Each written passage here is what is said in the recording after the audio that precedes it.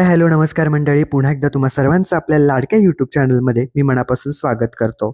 अखेर स्वतःच्या जीवाची पर्वा न करता मंजू सत्याला वाचवणार.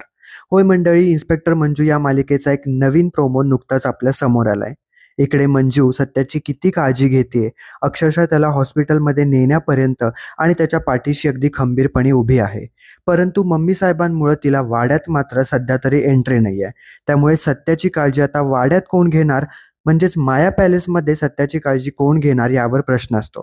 आणि मंजू त्याच टेन्शनमध्ये असते की त्याला वाड्यामध्ये काहीच नाही झालं पाहिजे. इकडे मंजू देखील आराम करत असते आणि तिच्या डोक्यात तेच विचार येत असतात. आता सत्याबद्दलची आणि सत्याबरोबरची कंपनी तिला आवडत असते. इकडे सत्या मात्र गाढ झोपलेला असतो. तोपर्यंत मंजूला एक नुकताच फोन येतो आणि तो फोन उचलताच समोरचा व्यक्ती म्हणतो, तुझ्या सत्याच्या जीवाला धोका आहे आणि त्याला जर वाचवायचं असेल तर आत्ताच्या आत्ता माया पॅलेसला जा. आता हा फोन नक्की कोणी केलाय हे कोणालाच माहीत नसतं. मंजूला देखील याची काहीच कल्पना नसते. कसला मागचा पुढचा विचार न करता मंजू तातडीने उठते आणि पटकन गाडीवर बसून ती निघून माया पॅलेसला पोहोचते.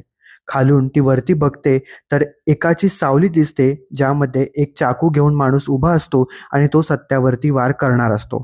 तोपर्यंत सत्या म्हणत ती ओरडत पळत जाते, दार उघडते आणि पटकन सत्याच्या खोलीत जात असते.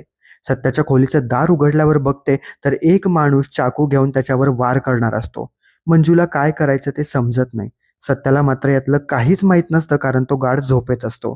मग शेवटी मंजू सत्या म्हणून जोरात ओरडते आणि पुढे धावते. पण तोपर्यंत तो माणूस सत्यावर वार करणार का? आता पुन्हा सत्याला काही होणार का, की मंजू यातून सत्याला वाचवणार? हे पाहणं रंजक ठरणार आहे.